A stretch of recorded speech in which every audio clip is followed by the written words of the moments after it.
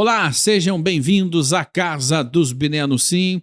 Nós estamos aqui para o Esquenta de Shabat. Daqui a pouco nós temos o Kabbalat Shabat acontecendo aí na sua casa, ao vivo, com as rezas, o recebimento do Shabat. Mas antes, vamos falar um pouquinho da Parashá, que será estudada neste Shabat. Aqui comigo, Shemuel Zakai, mais uma vez. E hoje recebemos dois ilustres estreantes. Estreantes aqui no podcast, porque tenho certeza que os nossos espectadores já os conhecem do Shabat. Gershon, seja bem-vindo, Gershon.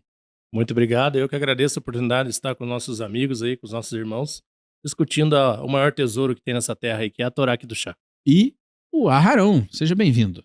Obrigado, Shabbat Shalom a todos e que esse estudo seja proveitoso para todos.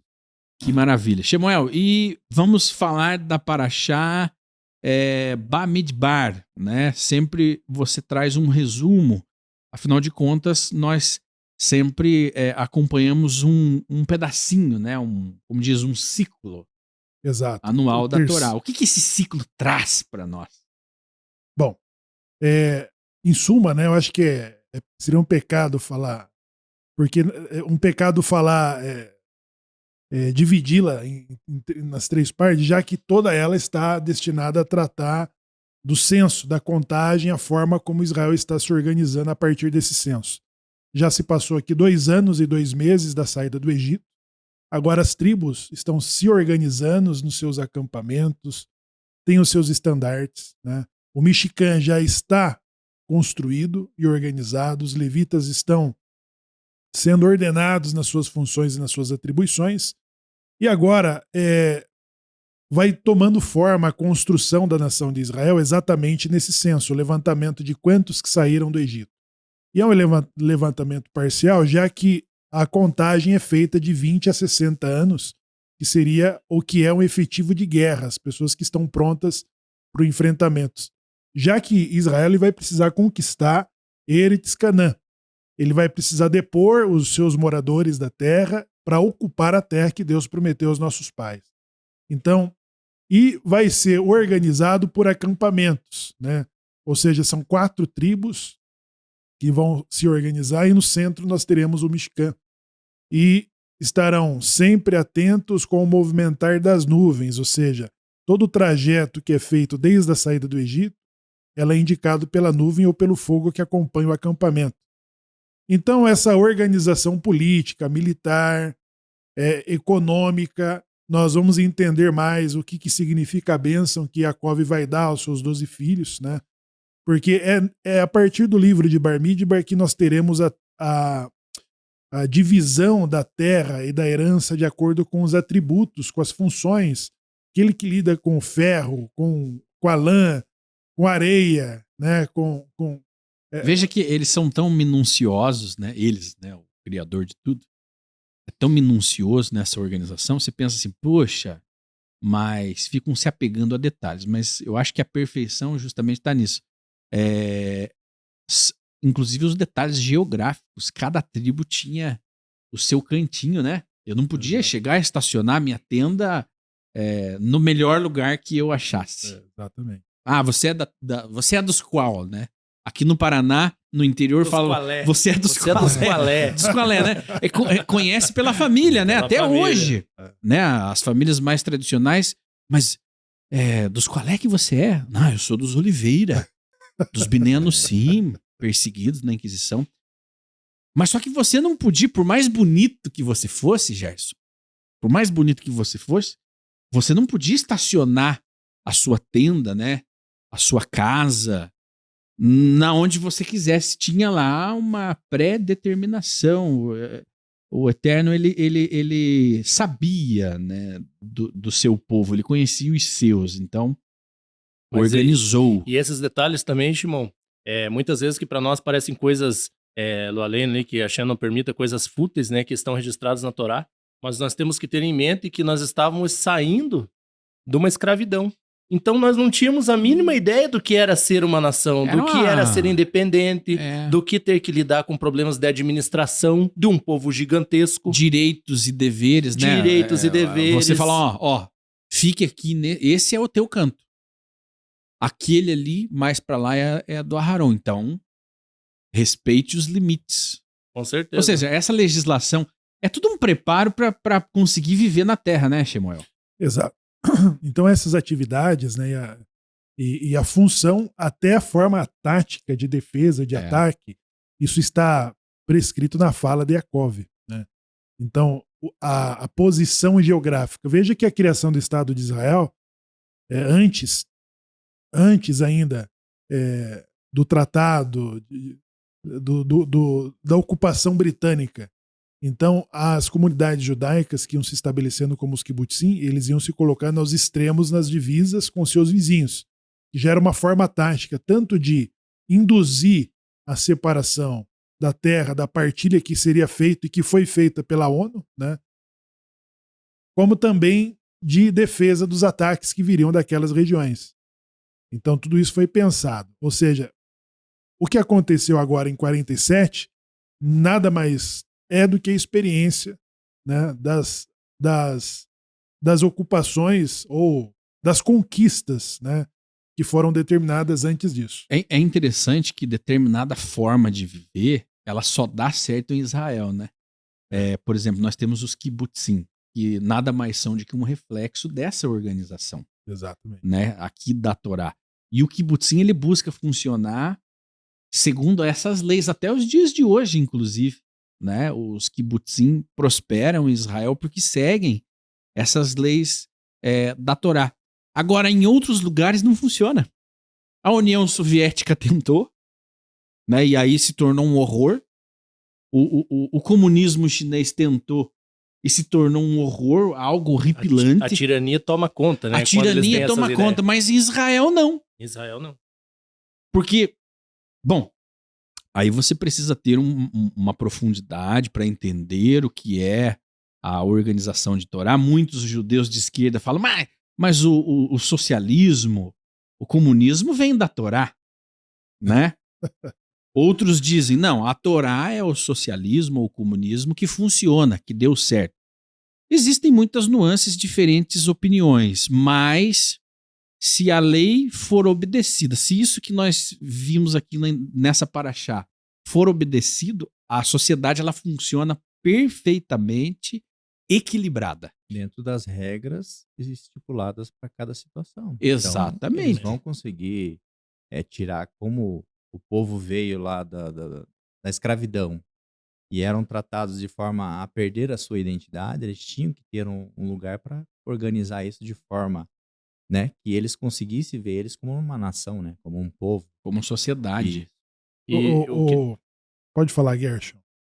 O que nós temos em comum nesses dois cenários, aqui, tanto de Bamidbar, do nosso nascimento da nossa nação, e em 47, 48, o renascimento da nossa nação, é que tanto numa situação quanto na outra nós tínhamos tudo para dar errado, né? Tanto entrando na terra de Canaã, nós como sendo reinserido no Oriente Médio, nós tínhamos tudo para dar errado. Quando entramos em Canaã, os inimigos que nos cercavam achavam que nós não duraríamos nada. E quando nós fomos colocados no Oriente Médio, recolocados no Oriente Médio, na terra que é nossa, que nos foi dado por direito, também o mundo achava que nós não subsistiríamos, que nós não conseguiríamos lidar com os nossos inimigos que nos cercavam e nem conseguiríamos prosperar numa terra onde ninguém consegue prosperar, a não ser nós judeus, né? Que é Israel. É impressionante porque... também pelo passado aí, todos eu os povos assisti que existiram, né? Todos eles se acabaram. O único povo que permaneceu até hoje é o povo hebreu. Não, e todos os que tomaram Israel, os que dominaram Israel, né? A partir do momento em que o reino de Israel se divide em dois, né? O reino do sul e o reino do norte, e o norte é tomado pelos assírios. A partir daquele momento, né, Israel passa a ser ocupado, mas nenhuma grande potência conseguiu prosperar em Israel, né? Todas acabavam entrando em colapso porque Israel só funciona de uma forma. 2000 anos, né, que a terra ficou abandonada. Quando os britânicos conquistaram, o que eles encontraram ali foi um feudalismo turco, árabe, né? Deserto. Não tinha e os árabes só voltaram à inimizade judaica porque a inimizade dos irmãos só voltou a acontecer a partir do momento em que as colônias que eram compradas, né, por judeus ricos e traziam outros judeus para cultivar, aquilo ia começando a desenvolver e a florir, e a produzir, né? Então eles perceberam que aquilo estava favorecendo para a volta dos demais judeus. Porque já tinha tido um movimento sionista iniciado por Theodor Herzl e havia falhado, não havia possibilidade de que isso voltasse a acontecer. Então, quando houve uma negativa por parte da diplomacia e por parte da maioria dos judeus ricos, aqueles que tiveram e confiaram foram comprando aos poucos essas fazendas, foram produzindo os pomares e aquilo foi dando resultado de forma a chamar atenção. Então, na Segunda Guerra, a opinião árabe era de que os judeus iriam voltar e fazer aquele negócio produzir como não havia acontecido nos últimos 2000 anos. E assisti uma live de um deputado conhecido aqui no Brasil, Jean Willis. Ele foi conhecer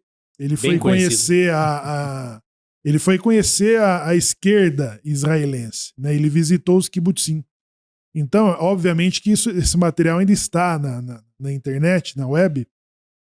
Então ele fala com encanto o que ele encontrou de um socialismo ou de um comunismo que funciona em Israel, né?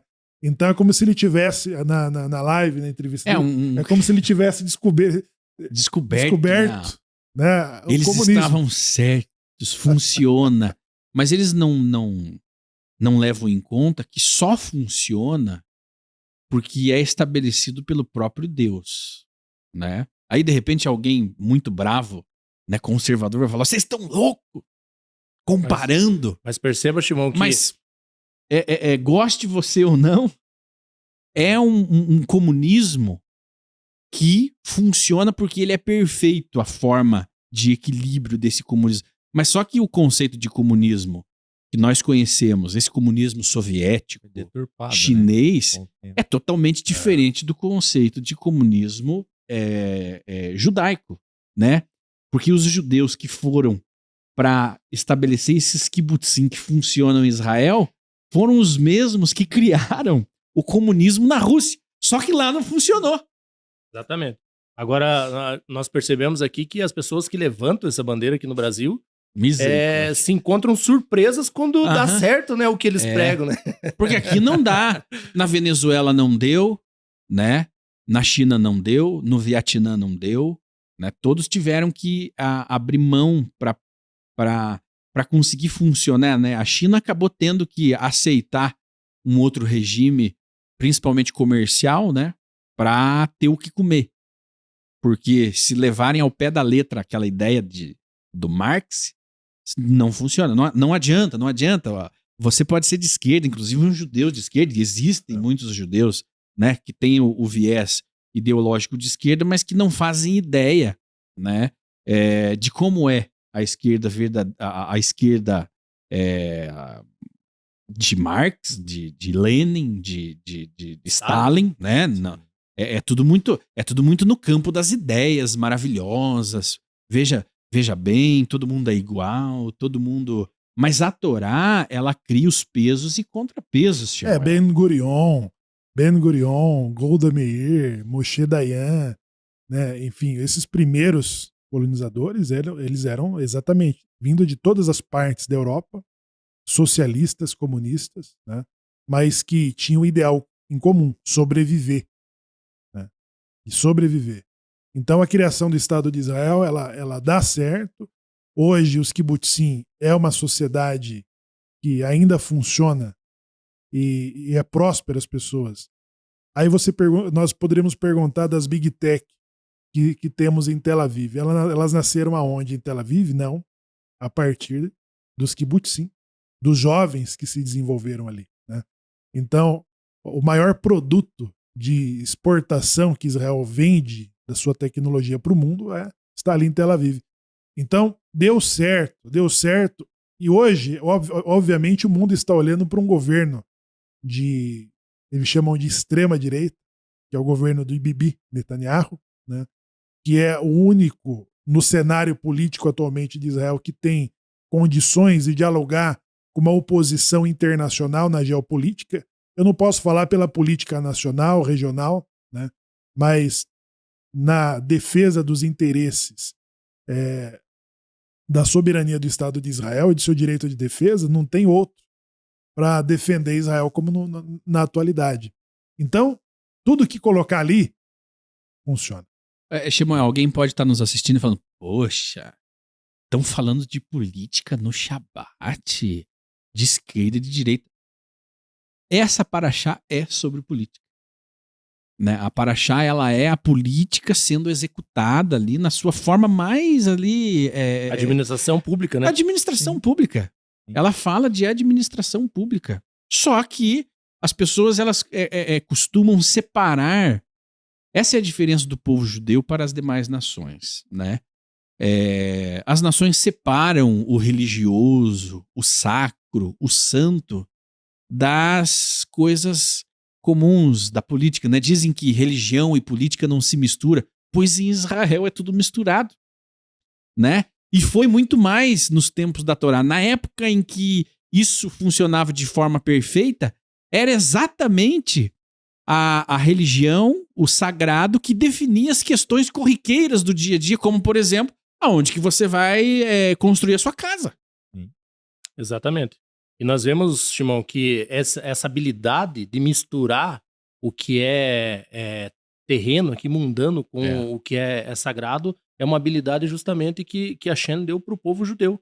Esse é um dos segredos nós atingirmos o sucesso nas áreas da nossa vida, né? O Gershon, a Cabala diz que tudo é emanação, tudo é de Deus, tudo é Deus, tudo é emanação. Tem um amigo nosso, né, que diz nada existe.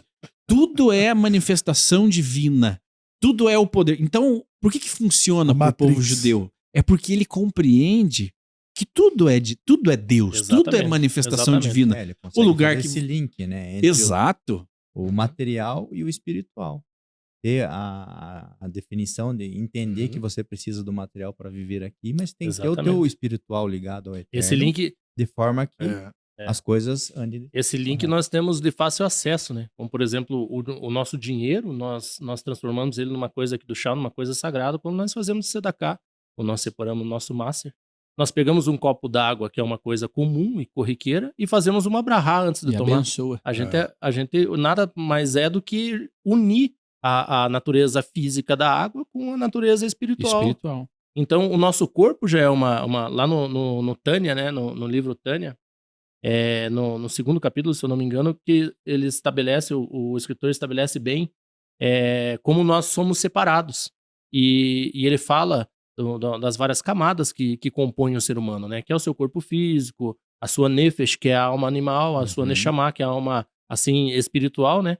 E a nossa nefesh, a nossa alma, a nefesh e a neshama vivem em conflito, justamente porque é muito difícil a gente conseguir unir o que é sagrado com o que é corriqueiro. Então nós vemos que a nossa Torá, por exemplo, no mesmo lugar que nós temos leis sobre a avodá mesmo, o serviço religioso, o sacrifício, nós temos no mesmo livro leis, por exemplo, que dizem que se eu fizer uma laje, eu não posso deixar ela sem um alpendre, sem uma cerca em volta, ou se eu cavar um buraco, exatamente, se eu cavar um buraco, eu não posso deixar ele aberto. Então, nós temos essa habilidade intrínseca de unir esses mundos. Limpeza. Se você fizesse as suas necessidades fisiológicas ali no deserto, por exemplo, você deveria andar com uma pá para cobrir.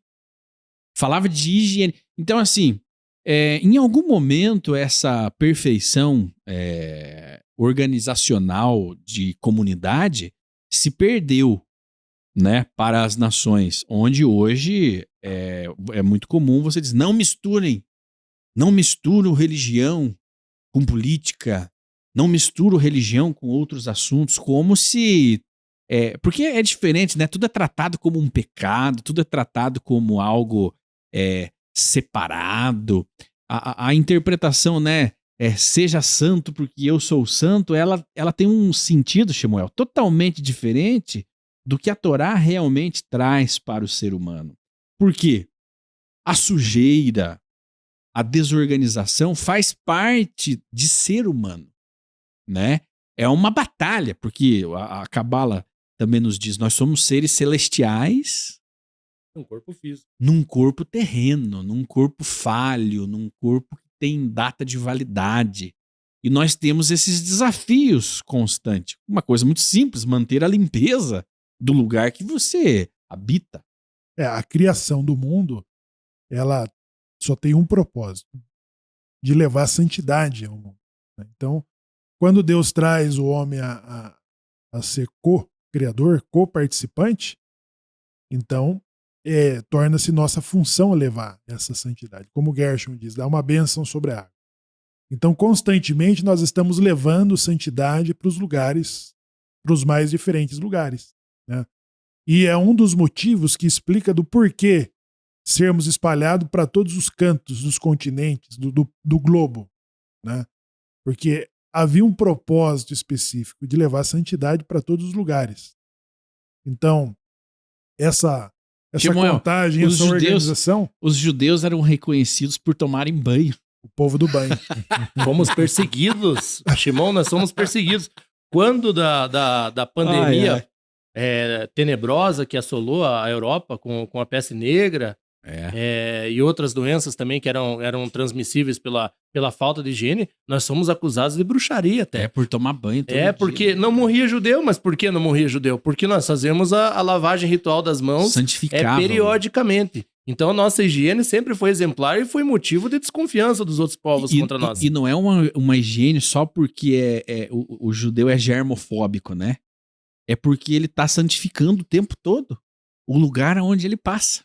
Exatamente. E aonde é santificado não vem a doença, não vem o mal, porque aonde está imundo não há presença divina, ele não circula. Exatamente. Então, você fala assim, né? Às vezes parece contraditório, você fala assim, puxa, tem uma vila muito simples, uma favela, ali com o esgoto a céu aberto e todo tipo de desgraça acontece aonde? Exatamente. Porque a presença divina acaba se afastando desses lugares. O povo do banho, ele faz sentido no retrato da atualidade da Europa, né? Teve um dos árabes que conquistaram a Europa, então ele começa a escrever o comportamento dos europeus.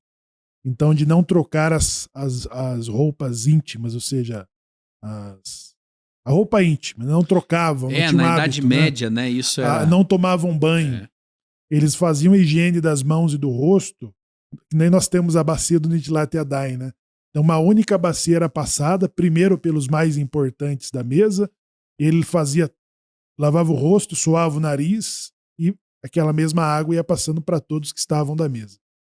E quando as novelas, né, novelas e séries e filmes que retratam esse mesmo período, em partes da Europa que é gelado, é frio, então eles estão sempre abanando, falam, mas qual que é o sentido de estar abanando ali, se é frio? Que eles abanam, eles só tinham uma função que era de espantar as moscas, né? Então é um retrato de quando alguém diz assim, o povo do banho. Né? O povo do banho é porque naquele mesmo período os judeus tomavam banhos muito acima da média e o hábito de fazer a lavagem das mãos que conseguiu prevenir a ponto de colocá-lo no papel de conspiração. Os judeus estão por trás da peste bubônica. Eles não morrem. Exatamente. E isso aí vem do nosso costume também, que sempre que uma comunidade judaica se estabelece, ela constrói sua sinagoga e já junta a sua mikve, né? E isso foi o motivo de ter se espalhado, se propagado tantos mikvaot na Europa ali, o que fez com que os judeus continuassem tendo até uma vida mais longa. Por conta das mikvaot e da nossa higiene, o que para Shem não foi surpresa nenhuma, né? O que está na Torá ali é sabedoria pura. Olha que interessante, Gersh, quantas mikvaiot estão sendo encontradas no Brasil dos cristãos novos, né? Recentemente, um hotel na Bahia que foi fazer uma reforma, quebrou uma parede e havia uma mikve. Né? Agora, em Recife, mais um sítio que é considerado como um centro israelita dos cristãos novos que estavam... Não é Carral do Sur, não.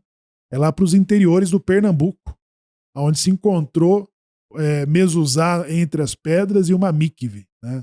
Uma mikve constituída. Então, em muitos lugares estão sendo encontrada a casa do banho, né? Dos costumes, agora proibidos, né? Por exemplo, os judeus russos, que a propriedade ela pertence ao Estado, você não pode mudar de cor, não pode pintar a casa, não pode fazer reformas sem autorização do Estado. Como que eles faziam? Eles tinham que construir uma mikve, alguém se arriscar de construir a mikve na sua casa, tirando terras aos pouquinhos e jogando todos os dias, até que a mikve seja construída, e as pessoas que passam a frequentar aquela casa do banho, elas têm que ter um trânsito discreto para não chamar a atenção dos vizinhos, né? Para cumprir o mandamento onde ele não é permitido. E nenhuma. O interessante é que mesmo com toda essa perseguição que nós sofremos na Europa, na Rússia, e até aqui no Brasil, né, nós, na nossa pele, na nossa família, o judaísmo sempre se encontrou forte e criativo, né, para burlar, para desviar desses decretos que nos desfavoreciam, né.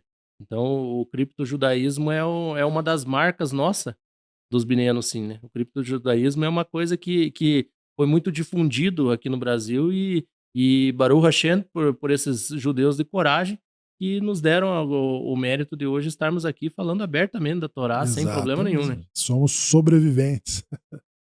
Agora o censo, Aharon e Gersh, o censo ele vai acontecer dentro da mitzvah que nós vimos ali na Parashá, que tratou sobre o meio shekel, né? É a única forma como os homens poderiam ser enumerados, contados. Então, isso vai acontecer para cada uma das tribos, exceto a de Levi. Essa é a primeira vez que há esse resgate do meio shekel? Do meio shekel? É o primeiro censo que está acontecendo. Ou seja, aqui está há 2 anos e 2 meses da saída do Egito. Da saída do Egito. Porque então aqui que se confirma a substituição do primogênito pelos levitas. Ou isso acontece antes? Não, aí é o Bidion no Raben, que é quando o pai, né? O pai tem que resgatar o primogênito, mas aí é com um valor em peso de prata, né? Tem aí não sei quantas gramas de pratas que o pai tem que dar na sinagoga ou para o Cohen, quando ele pergunta: você quer ficar com essa prata ou com o meu primogênito? Então ele é trocado e é quando é feito o resgate, né? Mas essa troca, Shimon, ela foi feita em Matan Torá, né? Porque quando da subida do Har Sinai, os primogênitos ainda tinham um lugar elevado, eles tinham um privilégio. Serviço, né? Então, lá em cima ficou Moshe Rabbeinu, um pouco mais abaixo Aharon, e um pouco mais abaixo os primogênitos. Aí, no pecado do Rei Taeger, do bezerro de ouro, aí é que a tribo de Levi assume. Essa postura, esse cargo, que eram até então dos Berrorim, né? Dos primogênitos. Porque aqui nessa Parashá é o censo dos primogênitos que pagam o imposto, e aí os levitas não são contados. Né? Os levitas... não, eles serão sim contados aqui, você tem razão, Shimon. Por quê?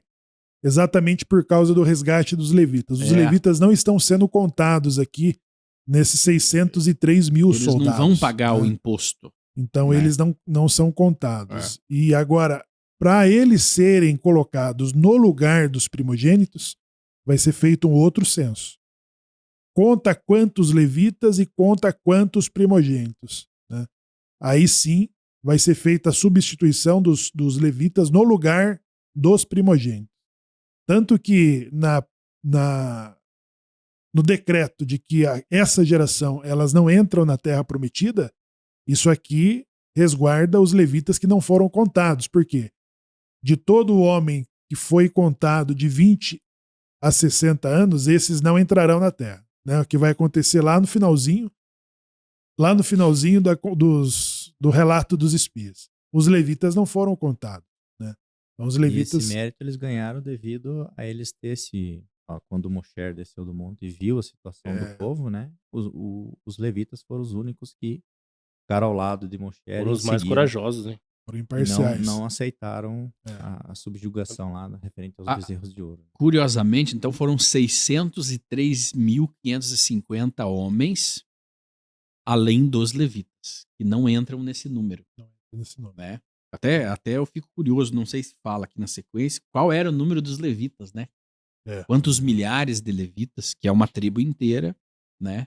Não entram, mas aqui nesse caso, 603 mil homens para servir, tanto no exército, quanto em outras atividades ali organizacionais da comunidade, né? E o interessante é que com esses censos que a Shem nos ordena diretamente fazer, eles nos deixa bem claro também que esse tipo de censo só pode ser feito a mando de Hashem, né? Tanto que a Alahá nos proíbe de contar os judeus, os homens judeus, assim, falando em voz alta e contando, assim, ostensivamente. Quando a gente até tá aqui na sinagoga, precisa contar para ver quantos precisa almoçar, alguma coisa assim, nós fazemos isso só no pensamento ali, sem pronunciar a contagem, né? Porque a Alahá nos proíbe de nós contarmos até hoje o nosso povo, a não ser que seja por ordem direta de Hashem. Porque a contagem, ela traz um certo... Uma identidade, ela resgata ali aquela situação. Ela traz uma certa... Ela traz um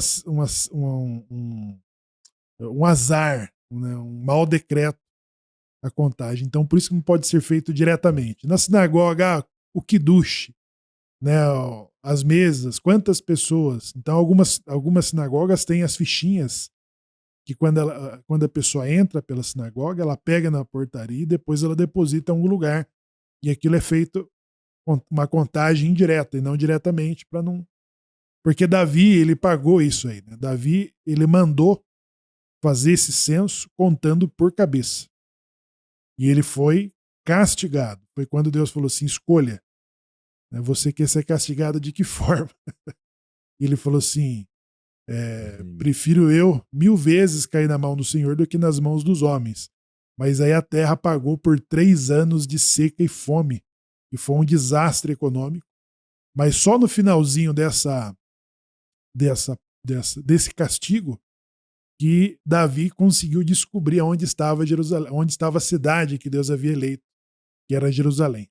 Quando ele acabou o período que estava determinado de fome do povo, ele conseguiu ver o anjo que estava sobre a cidade de Jerusalém, quando ele comprou aquela terra para construir o templo, a construção do templo. Então, é a penalidade, ou seja, contar quando você tem uma palavra certa, talvez o Gershon vai me ajudar, mas quando você faz a contagem, isso traz um certo... O masal não é bom, né? Ele traz um ainará, como se fosse um olho ruim contra um olho ruim. O ainará. Um olho ruim. O ainará, atrai o ainará. Exatamente. Então, esses 603 mil desse censo, o meio shekel, ele é usado dessa primeira vez, e depois todos os desencontros que Israel vai ter na direção, que agora nós vamos passar Bar Midbar 36 anos. Não é isso? Quando chegarmos no finalzinho de Bar Midbar, já passou aqui todo o relato da experiência judaica no deserto. Ou seja, quando Moshe se prepara ensinando já a segunda geração em Devarim, já se passou 38 anos. Né? Que é do decreto 40. Que os espias vão trazer sobre essa geração que sai do Egito. E aí todos os outros censos que trarão, eles serão menores do que os números encontrados. Né? E os profetas que falam dos números, a Hashem já começa a falar para Abraham que não seria possível enumerar os descendentes de Abraham. Né? Lá no comecinho. A Torá faz questão de enumerar que foram 70 os que desceram para o Egito com Jacó. Né? E agora estamos tendo, depois de 230 anos, quantos que os que saíram dos 70 que desceram. E depois, na era de Mashiach, na pós-Geulá, então todos os profetas eles começam a falar de que não é possível mais contar. Não cabe. Né? Não está no controle da Rabanut e nem das agências judaicas por onde entrarão esses exilados.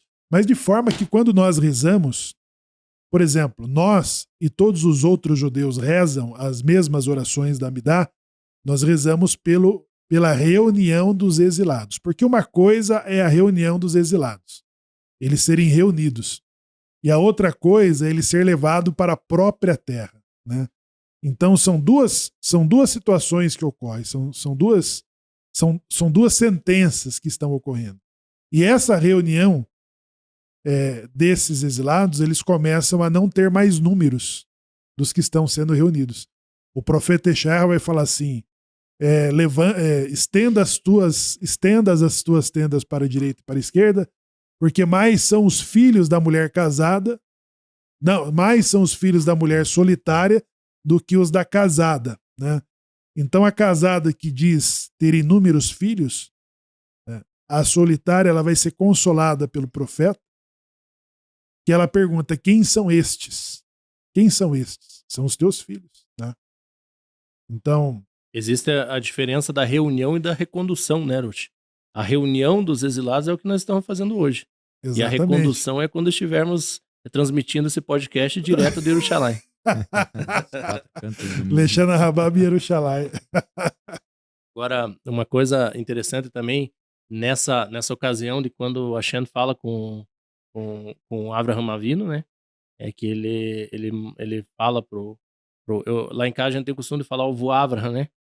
Então quando ele fala pro vô Abraham, olhe para as estrelas e conte as estrelas. Aí Hashem fala assim, será os teus descendentes, né? E tem a interpretação literal, que fala sobre o sem fim de estrelas no céu, né? As incontáveis estrelas. E a outra maneira que os sábios também interpretam isso é que Hashem estava falando justamente da atitude dele em tentar contar as estrelas. Então ele fala assim, conta as estrelas. Aí assim serão seus descendentes. Ele não estava falando só do número das estrelas, ele estava falando assim, os teus descendentes vão ser assim também. Eu vou mandar eles contar a estrela e eles vão contar, eles vão tentar. O que eu falar, eles vão fazer. E tem um aspecto interessante que mostra a idade útil de trabalho, né? Então, o hebreu, o judeu ali, ele tinha a idade de começar a trabalhar, servir, e tinha uma aposentadoria, né? Tinha um momento em que ele não estaria à frente do exército, não lutaria, e também os levitas também tinham uma idade, né, limite para servir, depois os Kohanim. Exatamente. Né?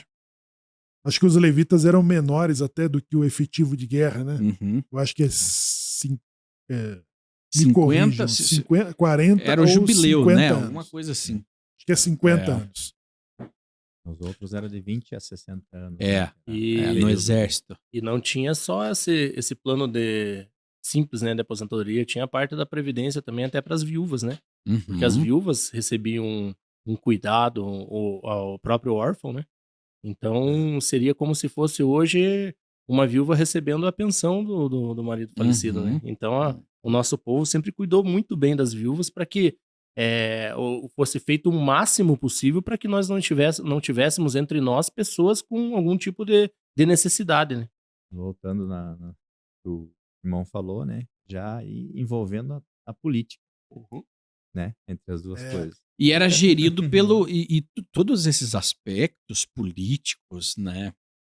Sociais, previdência, tudo era administrado pelo Mishkan, depois pelo templo. Exatamente. Né? Os clérigos, os religiosos tinham esse papel, né? A assistência social às viúvas.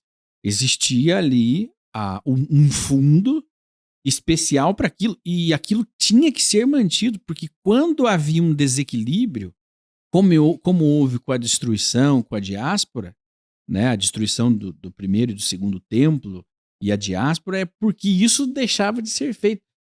Essa preocupação com a viúva, com o órfão, né, com o peregrino, quando essa preocupação ela já não era mais uma prioridade, a sociedade entrava em colapso. E geralmente, quando isso acontecia, surgiu o ódio gratuito, né? A guerra civil,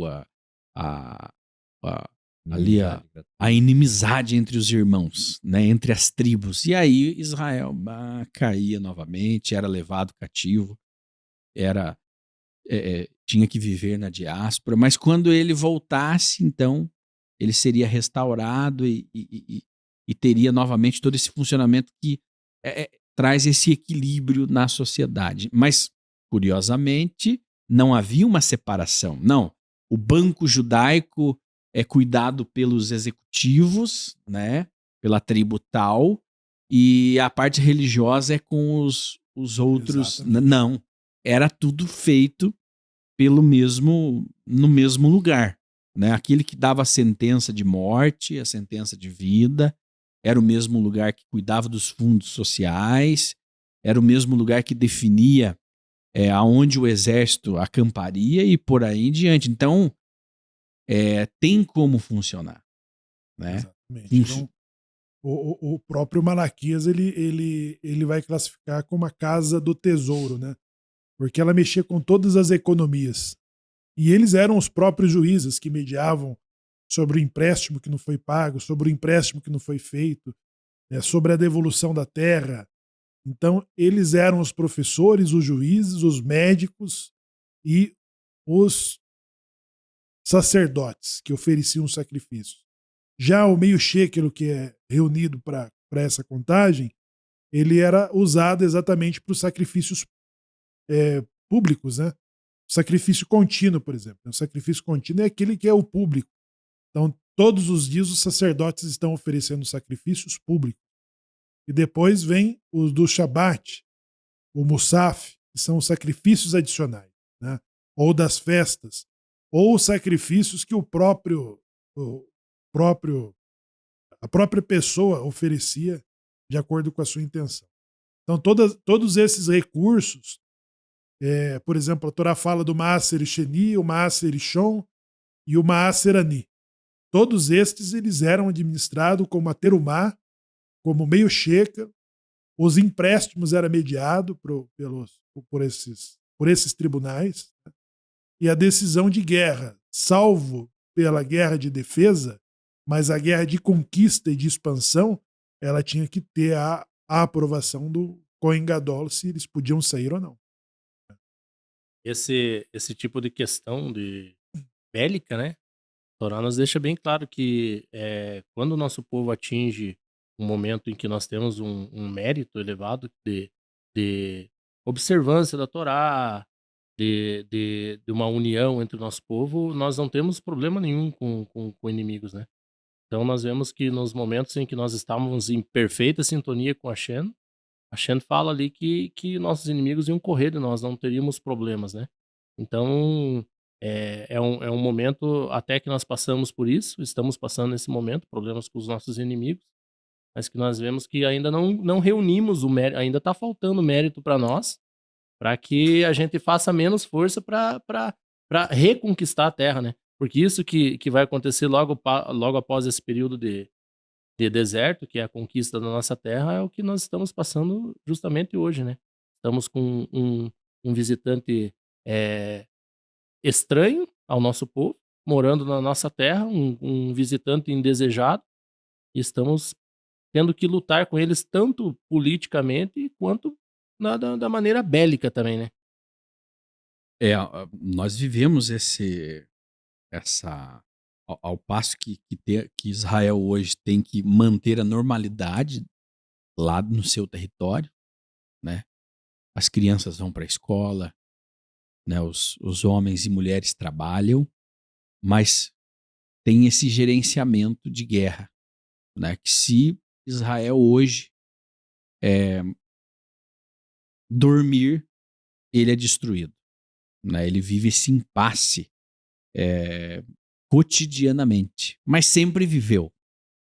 Se Israel tivesse o equilíbrio, os inimigos não os incomodariam, mas quando ele perdesse o equilíbrio da sociedade, esse equilíbrio simples, político, cotidiano, porque o cotidiano ele te conduz para a santidade, né? A repetição daquilo de forma equilibrada, de forma perfeita. Então, aí existe um choque quando o Bnei Anussim descobre a sua origem judaica, porque, goste você ou não, para ser um Bnei Anussim, você tem que ter passado por onde? Dentro do cristianismo, que tem outras esperanças, outras expectativas, né? Porque aqui nós estamos falando de algo corriqueiro. Aí você fala assim, tá, mas vai chegar um momento que o povo ele vai descansar dessa vida corriqueira? Na visão judaica, não. Na visão judaica, esse é o trabalho a ser feito. O mundo em constante cuidado, em constante transformação. Né? Eu conheci um amigo que dizia, puxa, eu quero que acabe logo o mundo para eu ir para o céu e lá nós vamos viver cantando. Né? Aí até eu fiz uma pergunta impertinente para ele. Falei, tá, mas você vai passar o resto, a eternidade cantando debaixo de uma árvore? É disso que se trata a tua expectativa, né, de uma vida eterna? Nós nunca cansaremos de louvar, de cantar, de estar debaixo daquelas árvores, entoando hinos e louvores. Mas não é disso que se trata a expectativa judaica. Então há um choque, o Gershon, né? Quando o Bnei Anussim começa a compreender qual é a expectativa judaica. Ela não coisa de cinema. Ela não é um conto de fadas. Ela se trata da vida real, cotidiana, de equilíbrio. Porque hoje nós estamos em desequilíbrio na sociedade, né? Israel serve como modelo para as nações, mas as nações estão desequilibradas. Há fome, há doenças, guerras, né? A abordagem é diferente, né, Shimon? A abordagem das religiões. O cristianismo, ele é uma religião dos povos, né? Dos goim, dos povos de um tipo de povo específico, não judeu. E ele não tem nada errado. Nós saímos de lá e viemos para cá justamente porque nós somos judeus e as regras que valem para eles não valem para nós, né? Uhum. Então, eles têm uma abordagem diferente que vale para eles também, que é a maneira deles, não judeus, alcançarem algum tipo de contato com o divino. Mas a abordagem é bem diferente, é uma das coisas que a gente estranha muito, né? É um choque cultural, né? Exatamente. Puxa, mas você não acredita? Não, e uma das coisas que, assim, falando por experiência própria, que eu mais estranhei é que no meio cristão ele romantiza muito o sofrimento, as coisas ruins, né? Então, tipo, é um certo status, você ter ali uma briga ali judicial, além ali sobre nós, uma doença, é um status. Você chegar lá e falar, nossa, eu tô na prova, eu tô... Porque é romantizado o sofrimento. Por quê? Porque eles almejam uma coisa lá na frente, inalcançável, uma coisa que vai vir quando alguém voltar. Não vamos entrar no mérito, mas já a abordagem da Torá é diferente, né? A Torá fala assim, ó, cumpra os meus estatutos, decretos, né? Tanto o Mishpatim quanto o Hukim, tanto os que a nossa razão alcança, quanto os que a nossa razão não alcança. E vocês vão ter uma vida boa aqui. Vocês vão viver bem aqui. Vocês vão derrotar seus inimigos, mas não é nada retórico ali. A Torá está nos falando dos nossos inimigos humanos, do nosso status aqui atual, né? Então, o próprio tratamento com o dinheiro aqui, que nessa paraxá fala também, do meio shekel, de nós trazermos para esse convívio social uma parcela do nosso dinheiro, isso vai trazer benefício imediatamente aqui para nós. Claro, nós receberemos nossos erros, nosso mérito no mundo vindouro, mas nós temos que ter uma boa vida aqui também. Nós estamos aqui para gozarmos as delícias que o Hashem deixou para nós aqui, para nós sabermos usar com moderação e ser muito feliz aqui também. Nós não temos que sofrer aqui Não tem o que ser. Tem muita gente que não consegue entender que eles buscam muito materialismo e se desligam do espiritual. E automaticamente é uma vida que vai ter um fim.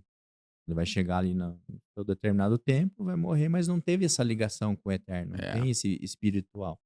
E essa é a diferença do povo judeu, que consegue linkar essa parte material, concreta, com o espiritual, que a gente sabe que a gente vai viver bem, né? Usando de uma forma moderada tudo que o eterno nos proporciona aqui, mas sem desligar da parte espiritual, que é aonde vai continuar a nossa situação como...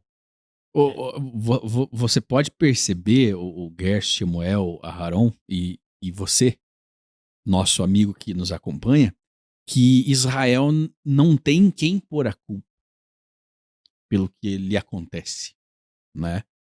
A lei é, como diz o Arnaldo, né? A regra é clara. A regra é clara. A regra é clara.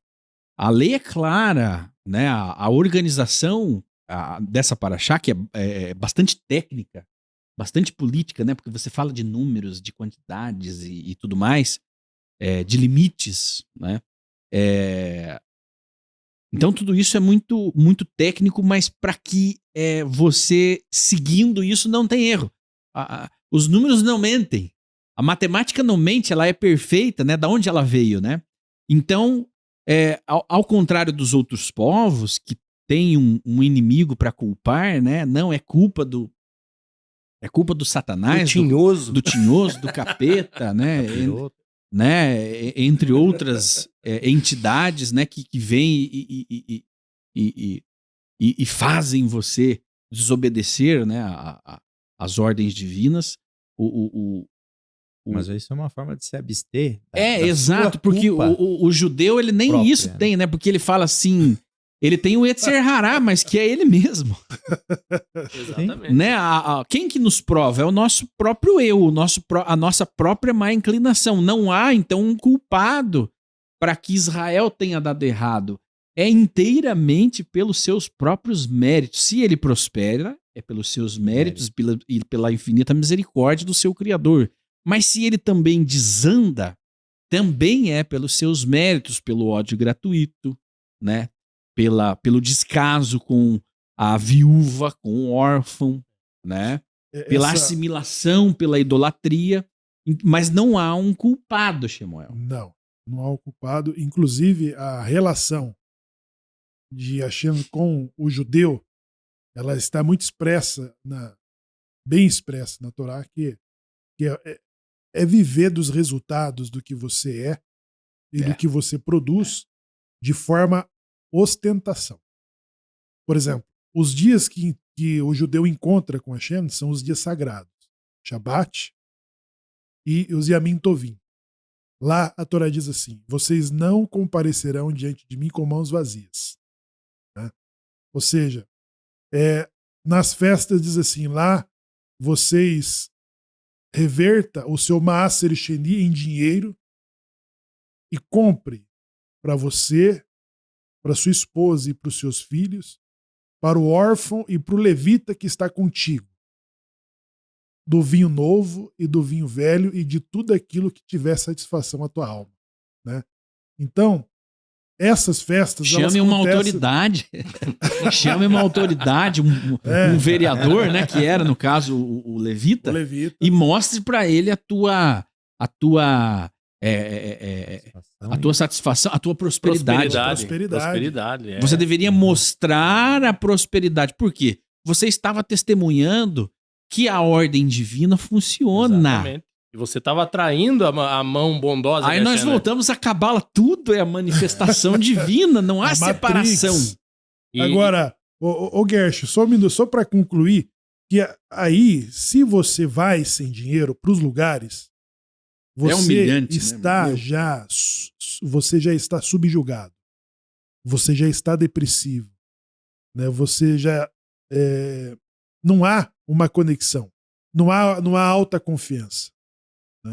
Então, quando nós temos valores em nosso bolso, nossa conta, no nosso dinheiro né? Temos saldo positivo. Então, isso é uma autoafirmação para sua esposa, para o seu filho. Quando a criança fala assim, pai, eu quero aquela que paia, eu quero aquele doce. Autoestima, chamou. Autoestima. Exatamente. Pode pegar. Pegue mais um. Pegue mais. Pegue um para ele também. Né? Aquilo. Exatamente. Então, o que a Shem nos cobra, e um dos principais motivos de estarmos desse lado aqui, é porque nesses momentos nós não manifestávamos essa alegria, tendo os resultados que ele já havia entregue. É porque nós sofremos uma criação, nós não recebemos uma criação, nós sofremos uma criação que deixa o indivíduo até certo ponto com a consciência pesada de estar indo bem. É mediocridade, né? Então se ele recebe alguma coisa boa ali, ele não quer usar, ele não quer mostrar, porque aquilo é uma coisa assim que é tão implícito assim na cabeça do indivíduo que ele tem que sofrer aqui nessa terra, que quando acontece alguma coisa boa, ele já fica desconfiado. Opa, vai vir alguma coisa atrás disso aí. Inversão, tá atrás de mim. É inversão de valores da forma mais simples, né? Porque você interpreta algo bom como uma maldição. Puxa, mas por que eu tô ganhando tudo isso de dinheiro? Exatamente. Por que isso tá caindo nas minhas mãos? Veja bem, isso não é benção, isso é maldição. Eu já ouvi muitas pessoas. Às vezes as pessoas também são hipócritas, né? Mas já alguns empresários do lado de lá dizendo: você não pense que a riqueza é uma benção. A riqueza é uma maldição que eu tenho que carregar. Mais ele estava numa caminhonetona, numa Dodge Ram. Exatamente. Né? E a Shem nos deixa bem claro que a postura do judeu não é dessa maneira assim, cabisbaixo e retraído. Nós vemos ali quando Iov se encontra numa situação, Jó, né, se encontra numa situação complicada, e ele vai falar com a Shem. A primeira coisa que a Shem fala é: levante e fale comigo em pé. Então, digamos assim, a Shem falou assim, isso são palavras minhas, mas ele falou assim: se ajeite como homem e fale comigo em pé. Então nós vemos que não é costume nosso nos ajoelharmos. Inclusive minhas crianças em casa, eu sempre falo para eles: se for brincar, coloca um joelho só no chão, que os dois joelhos no chão, um judeu nunca deve estar no chão, nós não nos ajoelhamos. Não precisamos disso para ter reverência ao nosso Deus, nosso Criador. E diferente de alguns lugares que onde eu fui criado, até que a turma se jogava no chão e chorava, e gritava, e aquilo era uma festa para eles, assim, às avessas, né? Então essa postura frente às coisas boas desse mundo é uma das coisas também que nós precisamos nos limpar quando saímos dessas porque assim, doutrinas. Né? Não vamos aproveitar o que há de bom nessa vida, porque vem ainda. Exatamente. Algo, né? Mas se você não sabe aproveitar o que você tem hoje, você não terá a mentalidade para aproveitar o que virá no mundo futuro. E na realidade, a maioria das pessoas, escravo, né? Você continua sendo escravo, né? A maioria das pessoas nem sabe o que ela quer numa eternidade. O que você vai fazer numa eternidade? Vai ficar tocando harpa? Cantando eternamente? Isso não é vida. Aí passa a ser uma tortura. É uma tortura. Né? Então a gente tem que pensar também no futuro. O que eu espero, né? O que eu quero construir? Porque nós, Shemuel trouxe brilhantemente no começo, somos co-criadores. Somos investidores nesse empreendimento divino. Então nós estamos o tempo todo melhorando esse mundo, que é a manifestação divina, né? Que é a extensão divina. Tudo que nós vemos é a manifestação. Então vamos usar o nosso corpo, nossa mente, as nossas forças para tornar um lugar melhor. Mas não de uma forma teórica, não de uma forma tão distante, mas no seu dia a dia. Como tornar o meu dia a dia, como tornar esse ambiente um lugar melhor, um lugar propício para nós falarmos do que nós estamos falando, dessa riqueza, né, que nós estamos falando. É um papel. Agora, não existe um segredo escondido para a prosperidade, não existe um segredo escondido para o equilíbrio. Se você seguir as regras, se você fizer o mínimo que está ali colocado, a tua vida vai funcionar, a tua vida vai para frente. Agora, se nós estamos agora, acende um sinal. Se você não está em equilíbrio com a sua vida, significa que nem o mínimo colocado para você fazer, você está fazendo. Também. Né? Então acenda um alerta. Acenda um alerta, porque não há um grande segredo. Aqui nós estamos falando de coisas. Essa Torá, ela é bastante técnica. São números, são coisas exatas que devem estar nos seus devidos lugares. Se nós não estamos fazendo o mínimo porque tem tudo para dar certo. Exatamente. Agora, essa mudança, Shimon, de mentalidade, de visão, principalmente quanto ao dinheiro, é uma coisa que tem que brotar de dentro para fora, né? Então a Torá nos ensina a seguir ali. Quando a gente entra, a gente faz a teshuvá. A teshuvá é a volta. Então, quando nós voltamos para o nosso meio judaico, porque foi daqui que nós fomos arrancados, foi daqui que nossos familiares foram expulsos, foram torturados, mortos, assassinados por justamente estarem onde nós estamos hoje. Então, quando nós fazemos esse retorno, uma das coisas que nós temos que mudar é a mentalidade. A Torá nos ensina justamente que a nossa prática diária de coisas materiais vai aos poucos mudando a nossa parte de dentro. E uma das coisas que eu aprendi muito na minha casa, que a minha esposa, a Arifka também, aprendeu, é justamente o otimismo. O judeu não pode ser pessimista nunca. Você tem que ser próspero, viver a prosperidade hoje, né? Exatamente. Eu vejo muitas pessoas, amigos, né? Inclusive, veja bem o círculo de amigos que você tem, né?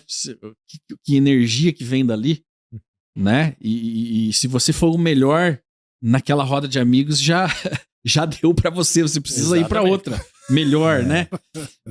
Se você for o melhor entre os seus já tá no lugar errado. Agora, é um desafio você viver a sua prosperidade hoje, né? Porque uma bicicleta, né? Geralmente nós estamos esperando chegar a essa prosperidade.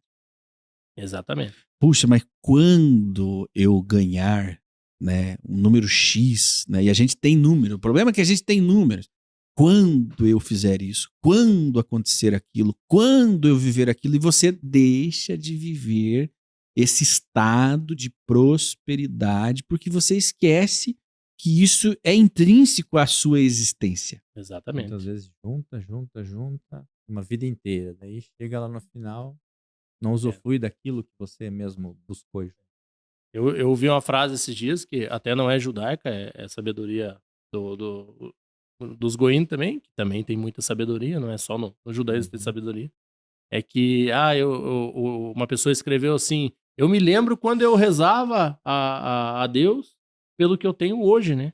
Então aí entra outro ponto também, que é uma chave para essa prosperidade em todas as áreas da nossa vida não financeira, que é justamente a gratidão. Porque a partir do momento que você elenca o que a Hashem já fez por você, pode ser no dia de hoje, pode ser nessa semana, pode ser nesse mês, a gente começa a perceber o quanto nós somos ricos em todos os quesitos. E esse sentimento, Haron, é o que vai transformando a parte de dentro do judeu e vai atraindo mais a bênção do Eterno. Por quê?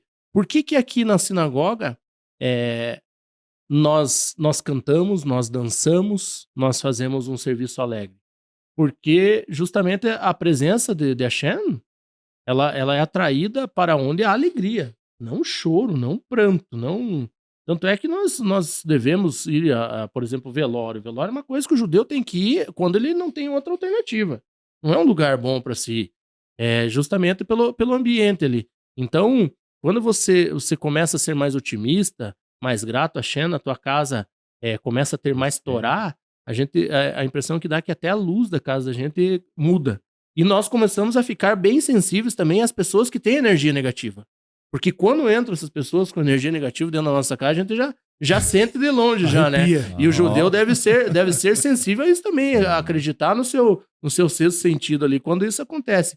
Porque as pessoas têm esse poder, infelizmente, de repente trazer uma coisa não boa para dentro do teu lar. Então é uma coisa que nós temos que tomar cuidado também nessa nova realidade de balei de chuva, de pessoas que estão voltando com essa mistura de energia, né? Sim.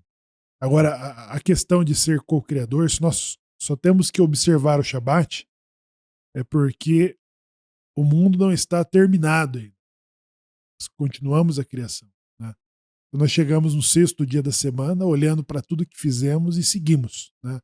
E descansamos. Então o Shabat ele é essa amostra de satisfação, dessa pausa que temos para recomeçar a partir dessa concepção de que precisamos criar, produzir. Descansamos e voltamos a produzir. Melhorar aquilo da semana anterior. Tanto que a construção do Mishkan não é assunto, né? Mas a construção do Mishkan no deserto, quase todas as porções ela estava lembrando do Shabat, né? Porque era uma criação. Então Deus se envolve com a criação do mundo, né? Ordena que os seus semelhantes também observem esse dia. E quando os judeus vão se ocupar com a construção do Mishkan, que estava sendo dedicada a Hashem, quase em todas as porções ele está falando sobre o Shabat. Ou seja, nós continuamos a criação. Né? Continuamos a criação. Colocaram a mão na massa. E ter satisfação, né? Porque para cada dia que Hashem terminava, ele falava, e viu Deus que era bom. E no 6º dia ele dizia, e viu Deus que foi tudo muito bom. Né? Então, a satisfação no que nós produzimos, por exemplo, a filosofia cristã diz que o trabalho é uma maldição, lá da serpente. E Deus diz assim, portanto, comerás do suor do teu rosto. Né? O trabalho para o judeu não é a maldição. Nós estamos, porque antes do decreto de comer do suor do rosto, né, que é a forma como a terra nos daria os resultados, com um pouco mais de trabalho. Nós já tínhamos o emprego de construir o mundo, antes da relação da serpente. Ou seja, e nós temos que construir o mundo tendo no final do dia satisfação no que nós fizemos. Né? Tem que ter prazer, falar, opa, você vê como um degrau mesmo de ascensão todos os dias e saber como fechar a semana olhando para as coisas que realizamos. Baruch. Essa semana nunca ela é muito superior do que em relação à semana passada. E aí vamos numa evolução. Né? E essa construção que a Hashem, na verdade a Hashem elegeu os judeus seus sócios, né? Nessa terra aqui. Nós vemos que a primeira mitzvah registrada na Torá é justamente para nós nos reproduzirmos, né? A gente aumentar o ICPF dos judeus no mundo aí. Inclusive um dos salmos de hoje, né? Que é naquela leitura mensal do livro de Terlim. Hoje eu não vou me lembrar agora exatamente o número do Terlim. Eu acho que é o 129, se eu não me engano, que fala sobre os filhos, né? Que fala que os filhos são como flechas na aljava, que é aquela bolsa, né? Onde o guerreiro guardava as flechas, aquilo se chamava aljava. Exatamente. E o Terlim diz que os filhos são como flechas na nossa aljava, né? E que através deles nós seríamos respeitados os portões da cidade até quando nós conversássemos com os nossos inimigos, né? Então uma das nossas funções nesse mundo até, inclusive o Abraham Avinu, foi escolhido para ser o pai da nossa geração justamente pela capacidade de retransmitir aos seus descendentes a Torá, né? Então, uma das funções nossa como co-criador, como sócio, é justamente isso, nós reproduzirmos a nossa Torá, os nossos costumes, as nossas leis, para quem nós colocamos nesse mundo também, para os nossos filhos. Que é de direcionar, né? Você direcionar o teu filho para as diferentes situações. Né? Que é o que está acontecendo aqui na questão do censo das 12 tribos, né? Cada um com as suas funções diferentes. Agora tem um livro que ele começa a definir os traços, por exemplo, dessas 12 tribos, né? Na diáspora. Então há um olhar sobre as características dadas por Yaakov e também por Moshe, que fala, o Gershom esses dias comentou da cobra fumando, né? Lá do que foi dito aos expedicionários brasileiros que entraram na Segunda Guerra. Né? Então era mais fácil a cobra fumar do que Exatamente, o presidente Roosevelt, né? Quando falaram para ele que talvez o Brasil se posicionasse na guerra, porque até os 45 do segundo tempo, nosso governo não sabia se ele apoiaria aquele ser abominável, abjeto lá, que eu não vou repetir o nome, ou apoiaria os americanos, né? Então o presidente Roosevelt disse que era mais fácil uma cobra fumar do que a FEB embarcar para a guerra, né?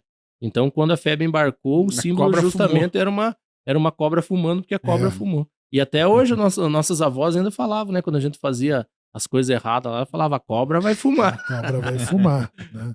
E o relato, né, do Pentágono sobre o heroísmo dos pilotos, né, brasileiros na Segunda Guerra não foram vistos nos americanos, né, com toda a sua tecnologia. Mas o detalhe da cobra fumando, né, a cobra em si, ela representa, por exemplo, a tribo de Dan, né, a cobra. Então, a forma como o mundo hoje se comporta, suas atividades, como ganha dinheiro, a facilidade de defesa, de ataque, comportamento na guerra, tudo isso está traçado nas características das tribos, né? Que existe um olhar para falar assim, poxa, isso aqui parece Dan, isso parece Gad, Asher. Então, aí tem a diferença, daí nós voltamos nos aspectos políticos iniciais, né? Para a gente ir para o final também da nossa narrativa aqui. Nós falamos de comunismo, né? Um comunismo que deu certo. Veja, uma das diferenças aqui é muito simples, né? Dentro de toda uma igualdade, de toda uma organização, existiam as diferenças que eram reconhecidas. Exato. Cada macaquinho no seu galho. Cada tribo ocupando o que lhe era de dever e o que lhe era de direito. Ali na nossa da outra, não, hoje em dia, exatamente. Todas as tribos, todas as tribos são iguais, todas as tribos vestem vermelho, igual, todas as tribos têm que trabalhar igual e todas as tribos têm a mesma riqueza. Não. Cada tribo tinha o seu papel, uma era mais rica, outra era mais pobre, uma criava gado, outra criava cavalos e por aí vai. Né? Uma construía, outra destruía, uma guerreava e cada uma tinha o seu papel e os mais ricos financiavam os mais pobres. A diferença é essa. E Sahara e Zevulun era parceiros, né? Eram parceiros. Então o equilíbrio existia nas diferenças e não na igualdade, né? As diferenças construíam um lugar de equilíbrio, um lugar de igualdade, mas as diferenças e não todo mundo fazendo a mesma coisa ao mesmo tempo, não.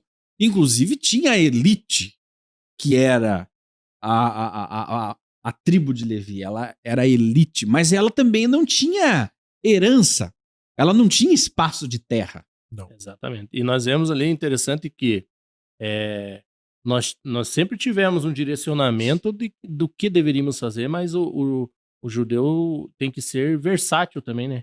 Porque nós vemos ali, por exemplo, na linha de frente, que a infantaria, aqui nessa Parashá, Hashem estabelece qual seria a configuração do nosso povo em volta do Mishkan quando nós estivéssemos viajando, por exemplo. E é interessante que na linha de frente, que é a nossa infantaria, que é a tribo de Yehudá, ao lado deles está justamente as duas tribos que o Shimon comentou, que é Issachar e Zevulun, né? A Torá fala que Issachar era quem faria negócio, seriam os businessmen. Os homens de Wall Street. Os homens de Wall Street e iriam financiar o Talmud Torá, o estudo de Torá de Zevulun. E essas três tribos, Yehudá, que era majoritariamente militar, estava ao lado justamente dessas duas tribos aí, que um era negociante e o outro estudioso da Torá. Então nós vemos ali que na frente, ou seja, como pilares do nosso povo, isso se mistura mais uma vez e volta àquilo que a gente falou dessa mistura do material com o espiritual, porque a tribo que era para guerrear contra os inimigos estava do lado daquela que estudava a Torá e do outro lado a que financiava tudo junto. Então alguns rabinos e sábios trazem, né? A política, ela é inerente à nossa existência, né? Aí nós começamos falando de política. Você de repente se enojou. Não aguento mais política na televisão e política na sinagoga. A política, se bem aplicada com justiça, né, dentro dos parâmetros divinos, ela traz paz e prosperidade. Se nós não vivemos isso, é porque a política está sendo mal utilizada para trazer o equilíbrio no nosso mundo. Agora, sempre há uma chance, uma oportunidade de fazermos diferente. E aqui no nosso país ainda a política depende de nós. E a forma do que o Michigan foi colocado no centro de todas essas tribos identificava isso. A parte de cada tribo que tinha sua atribuição e no centro o espiritual, o eterno. Então, automaticamente, tudo funcionava da maneira mais perfeita possível. E para as outras nações que viam aquilo, sempre identificou que o povo estava todo unido, cada um na sua atribuição, mas que ao centro de tudo sempre existiu o eterno, né? Dando seus a fonte de vida, sabedoria de todos.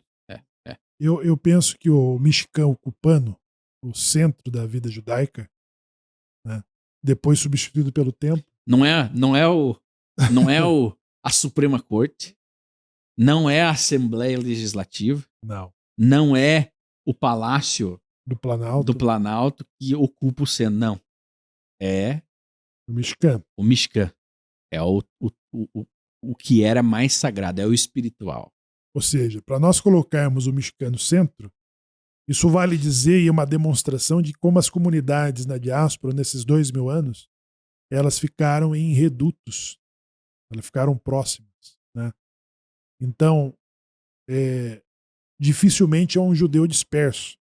Agora, como nós estamos falando de retorno, de pessoas que estão se descobrindo judeus, né, estão tendo interesse pelo retorno, e elas precisam entender que essa reintegração ela tem que acontecer a partir de um centro, né?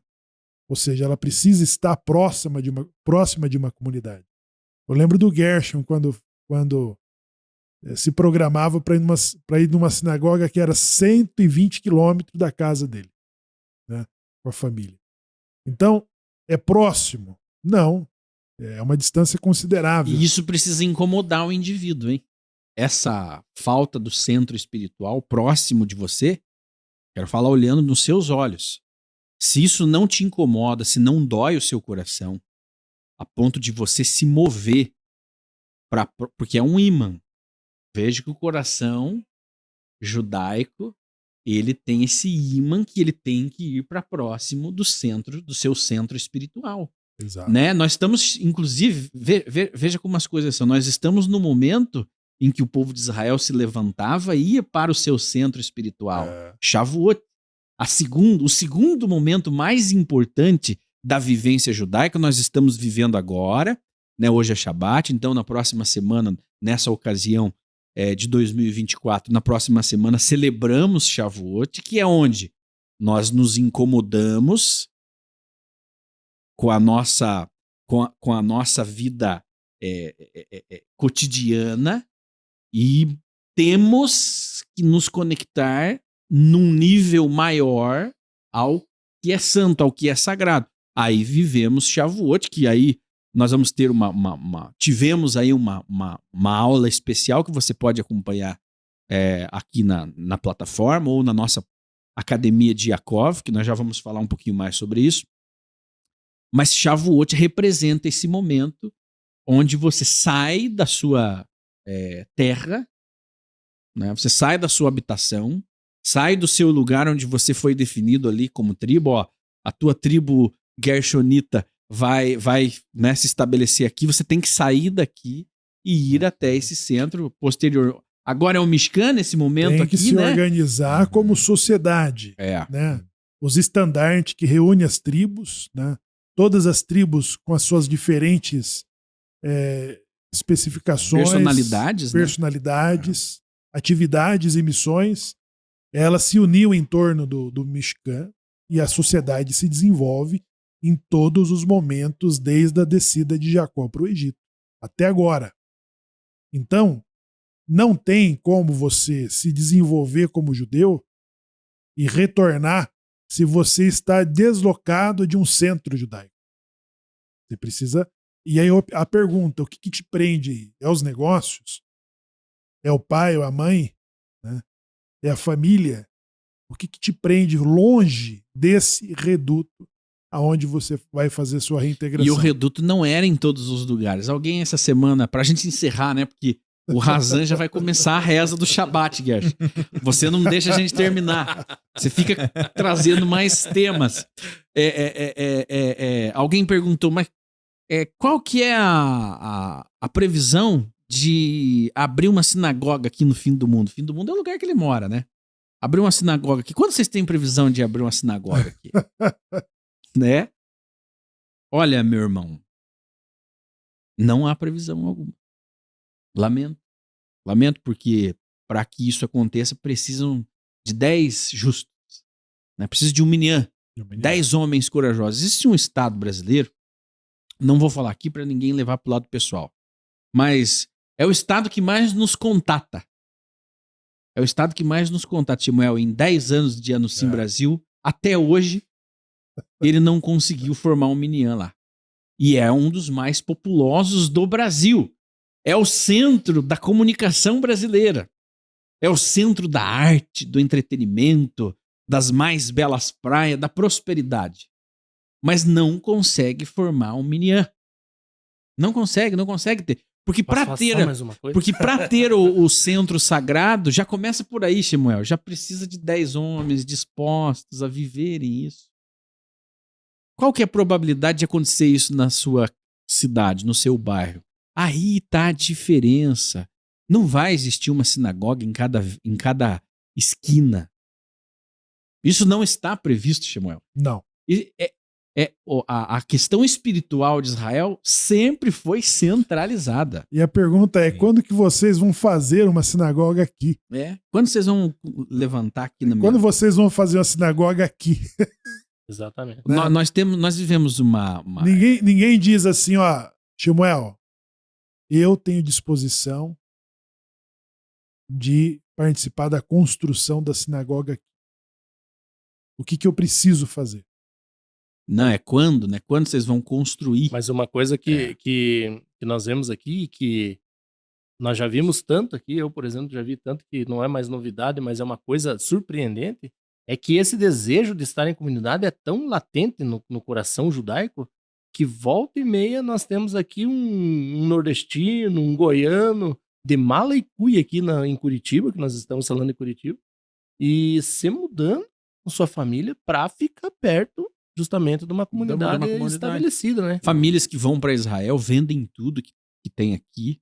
Não são famílias abastadas, né, ricas, mas tudo que construíram nesses anos vendem tudo e vão para Israel, porque querem estar no centro da espiritualidade.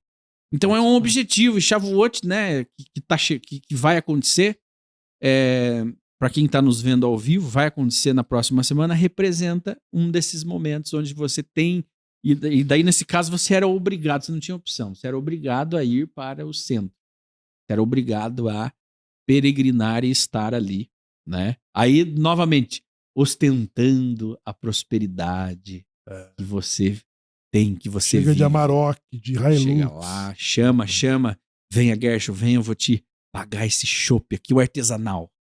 Do mais caro, Gershon. Toma esse chopp. Né? Porque em Shavuot pode. Pensa não, mas Shavuot pode. É o momento dessa prosperidade. Bom, vamos deixar começarem agora o Kabbalat Shabbat, é a reza especial.